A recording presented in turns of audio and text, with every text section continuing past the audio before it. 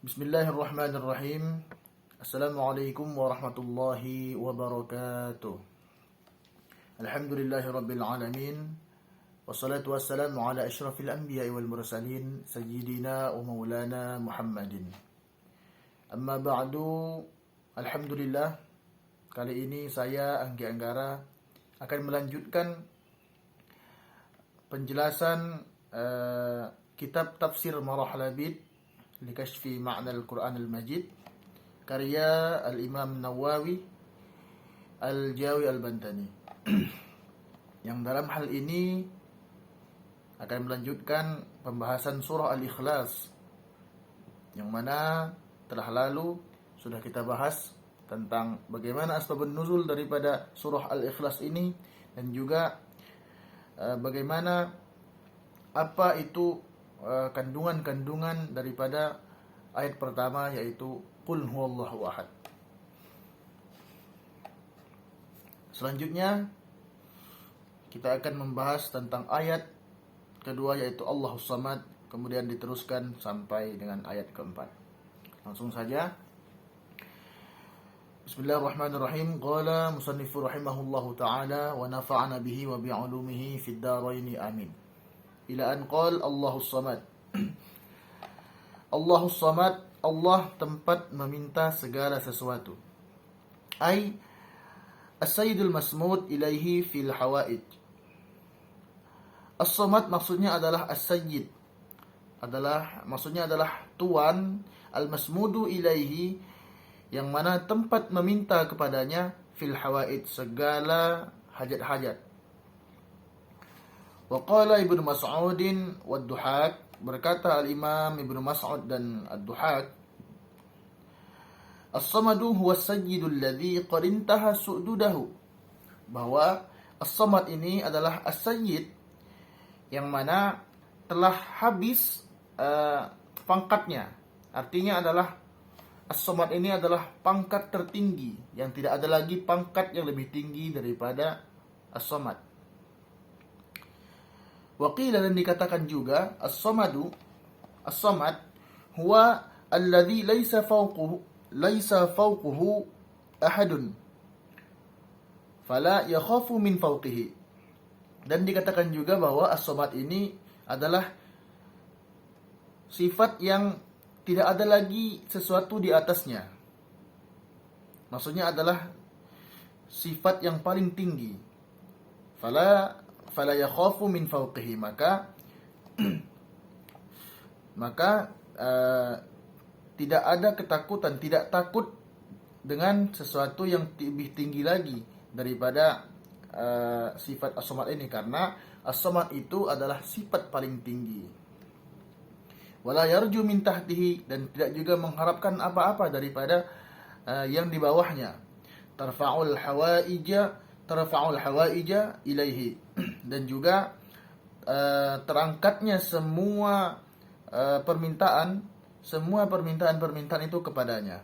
Wa qala Qatadah, dan dikatakan oleh Imam Qatadah, As-Samadu, bahwa As-Samad ini memiliki arti lain, yaitu al-baqi ba'da fana'i khalqihi.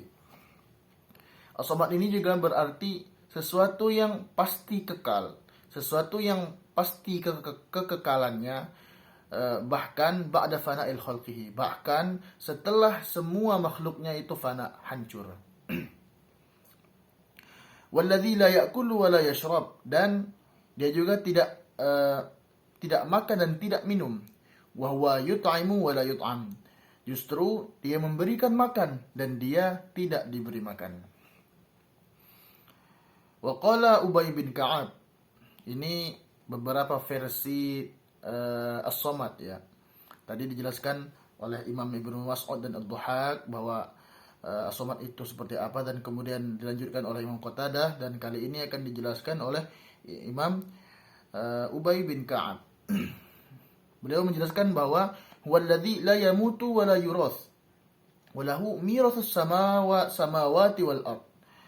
As-Samad itu atau as-sayyid adalah sesuatu yang la yamutu, tidak akan pernah mati, tidak akan mati, wala yurathu, dan eh, tidak diwariskan. Walahu miratus samawati wal ard, justru dialah yang mewariskan segala semuanya yang ada di langit dan di bumi. Wa qala Ibnu Qisan, dan berkata Imam Ibnu Qisan, walladzi la yusafu bisifati ahadin, bahwa as-samad ini adalah sifat yang tidak la yasifu bi sifat ahadin, yang tidak bisa disifati dengan sifat siapapun. Artinya tidak ada yang bisa menyamai sifat as-samad ini. Hanya Allah yang memiliki sifat as-samad. Kemudian qala Muqatil bin Hibban, dikatakan oleh Imam Muqatil bin Hibban, walladzi la aiba fihi, bahwa as-samad ini adalah tidak ada aib di dalamnya. Itulah tadi beberapa versi as-samad ya dari beberapa imam yang dijelaskan oleh al-musannif. Kemudian dilanjutkan ke ayat berikutnya, yaitu lam yalid wa lam yulad. Lam yalid, tidak beranak. Ay lam yasdar anhu waladun. Maksudnya adalah tidak muncul darinya seorang anak. Li'annahu lam yujanisuhu syai'un. Li'annahu lam yujanisuhu syai'. Karena ya memang Allah ini tidak pernah berhubungan jenis dengan apapun. Maksudnya adalah lam yalid adalah, kenapa dikatakan lam yalid? Dikatakan lam yalid karena Allah tidak memuncul darinya seorang laki-laki. Kenapa tidak muncul darinya seorang laki-laki? Karena memang tidak pernah berhubungan jenis dengan apapun. Kemudian walam yulad, dan tidak juga diperanakan. Ai lam yasdar an syai'. Maksudnya adalah tidak muncul dari sesuatu. Listihalati nasbatil adami ilaihi ta'ala sabiqan wa lahiqan. Karena mustahil bagi Allah Subhanahu wa taala itu adam, ketiadaan, baik pada waktu yang akan datang atau pada waktu yang telah lalu. Artinya maksudnya adalah, kenapa Allah Subhanahu wa taala itu lam yalid wa lam yulad? Karena kalau Allah itu dilahirkan, artinya sebelum dilahirkan Allah itu tidak ada. Dan Allah itu mustahil ketiadaannya. Allah itu pasti ada, baik pada waktu yang akan datang atau waktu yang telah lalu. Itulah kira-kira. Wa yuqal, dan dikatakan juga lam yalid tidak beranak, ai laisa lahu waladun. Maksudnya adalah dia ini tidak memiliki anak, fayarithu milkahu, yang mana dia akan mewariskan kerajaan-kerajaannya. Walam yulad, dan tidak diperanakan, itu maksudnya adalah laisa lahu walidun. Dia juga tidak memiliki orang tua. Maksudnya walam yulad maksudnya adalah tidak memiliki orang tua. Fayarithu anhu al-malaku, yang mana dia diwarisi daripada orang tuanya itu kerajaan-kerajaannya. Maksudnya adalah lam yalid wa lam yulad itu artinya Allah itu tidak diwarisi. Falam yarithu wa lam yurathu, tidak diwarisi dan tidak juga mewarisi. Kemudian dilanjutkan ayat berikutnya, walam yakun lahu kufuwan ahad, dan tidaklah baginya sekutu suatu apapun. Kufuwan ahad. ay lam yushakilhu ahadun. Maksudnya adalah lam yushakilhu ahadun min sahibati wa ghairiha. Maksudnya adalah Allah itu tidak menyerupai suatu apapun, baik dari sahabatnya atau yang lainnya. Wa yamtani'u an yakuna syai'un min al-mawjudati musawiyan lahu ta'ala fi syai'in min sifatil jalal wal 'azmah. Maka Allah Subhanahu wa taala itu sifatnya itu tidak ada yang menyamai, tidak ada yang bisa menyetarai sifatnya.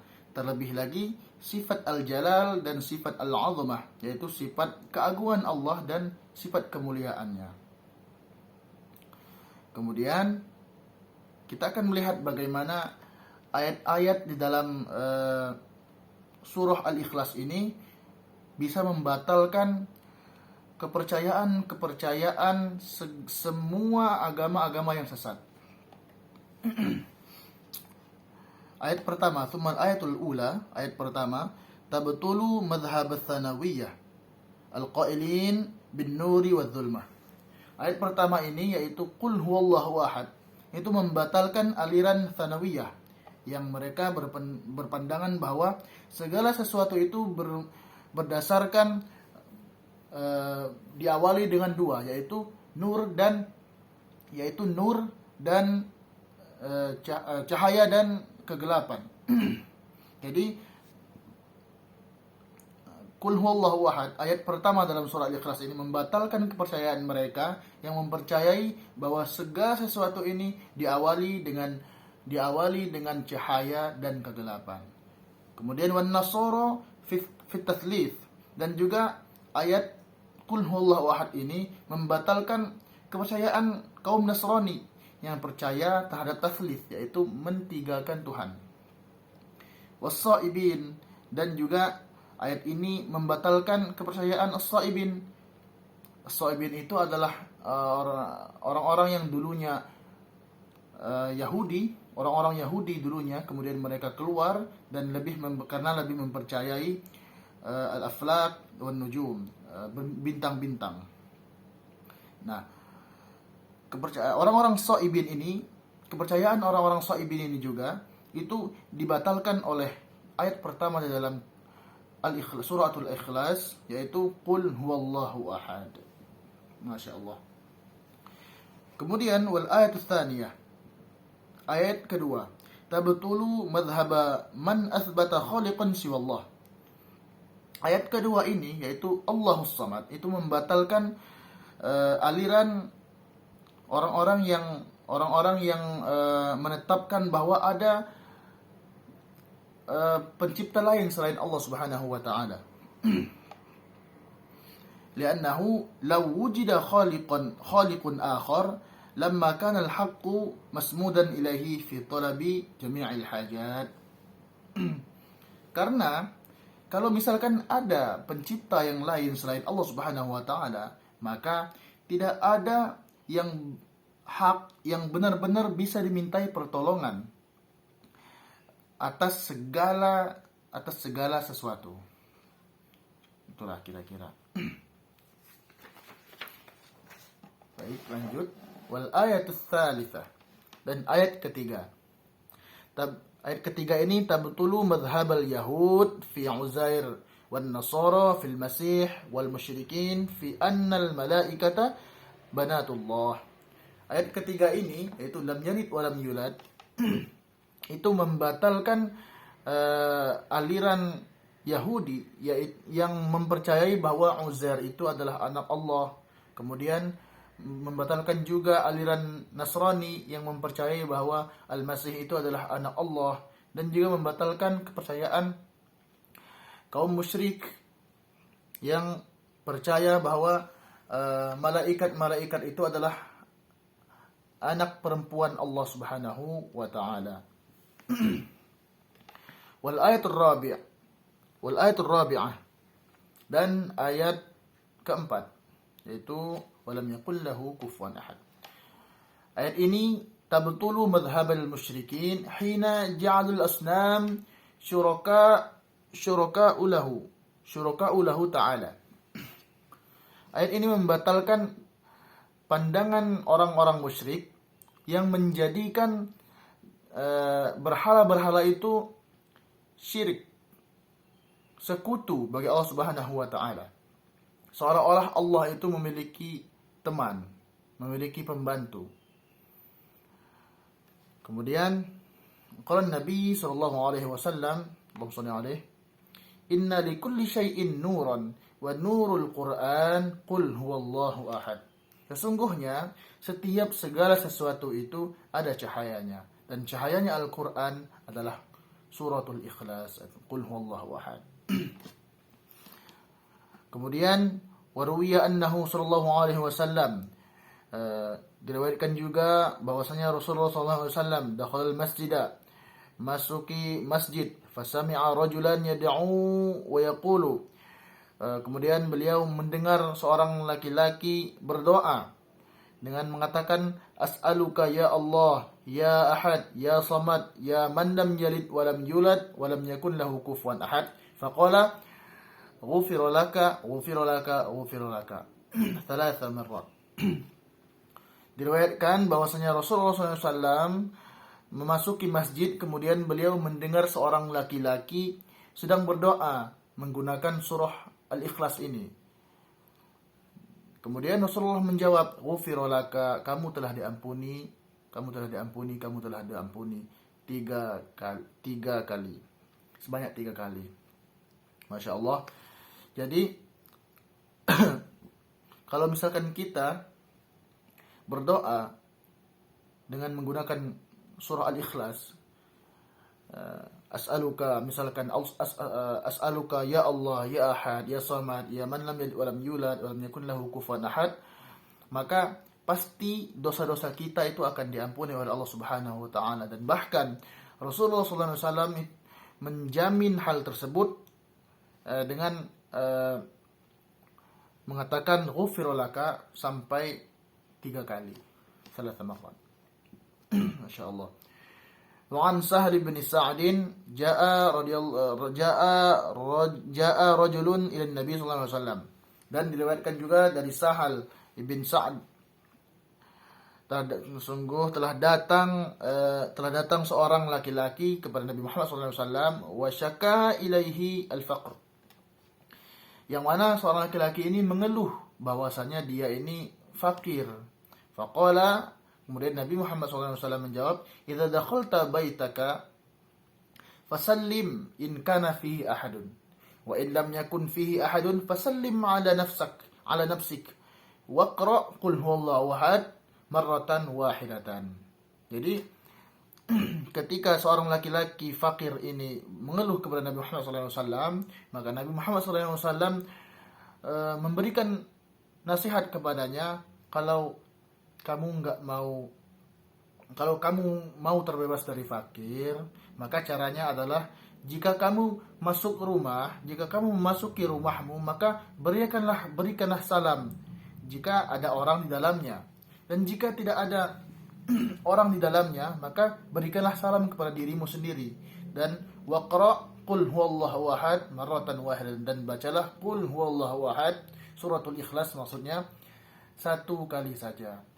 Masya Allah. Fafa'ala ar-rajulu, kemudian seorang laki-laki tadi melakukan yang diperintahkan oleh Nabi Muhammad SAW. Fa'adarallahu alaihi rizqan hatta afadha ala jirani. Kemudian Allah Subhanahu wa taala memberikan rezeki yang berlimpah sangat banyak kepadanya sampai kepada tetangga-tetangganya. وعن أبي هريرة رضي الله عنه أنه صلى الله عليه وسلم قال.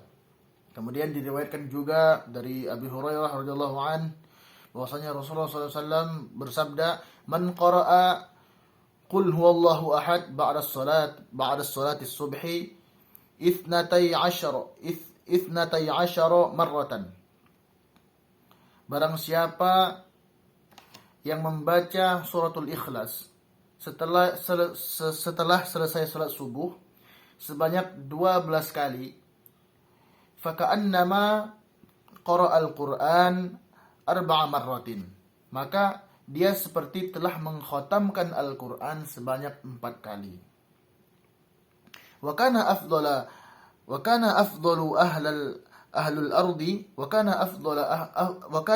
ahlul ardi yauma idzin idza taqa. Dan di hari itu juga dan di hari itu pula dia akan menjadi orang yang paling afdol, orang yang paling mulia kalau misalkan dia bertakwa.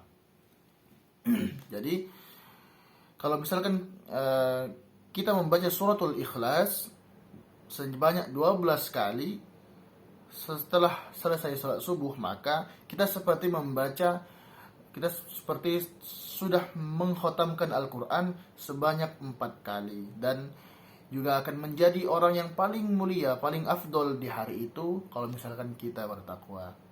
Waruwiya annahu sallallahu alaihi wasallam qala, dan juga diriwayatkan bahwa Rasulullah sallallahu alaihi wasallam bersabda, "Man qara'a qul huwallahu ahad fi maradihi alladhi yamutu fihi lam yuftan fi qabrihi wa amina min dawtatil qabri wa hamlatihi al-malaikati bi akaffiha hatta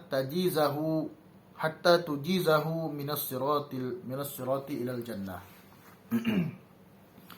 Diriwayatkan juga bahwasanya Rasulullah sallallahu alaihi wasallam bersabda, barang siapa yang membaca suratul Ikhlas dalam keadaan sakit, kemudian dia mati, kemudian dia meninggal dunia, lam yuftan fi qabrihi, maka tidak akan dimacam-macamkan dia di dalam kuburnya, wa amina min dawtatil qabri, dan dia juga akan aman dari sempitnya kubur, wa hamalatihil malaikah, dan wa hamalatihil malaikati bi akaffiha hatta tujizahu minas sirati ilal jannah. Dan juga dia akan diiringi oleh dia akan ditemani atau diiringi oleh malaikat-malaikat sampai kepada Siratal Mustaqim, hingga akhirnya nanti sampai kepada surga Allah Subhanahu wa taala. Masya Allah. Mungkin itulah tadi ya pembahasan tentang beberapa hikmah surah Al-Ikhlas, ayat-ayat suratul Ikhlas.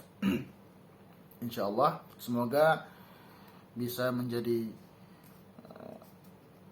pondasi buat kita,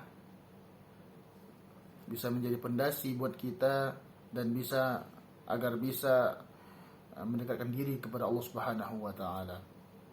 Mungkin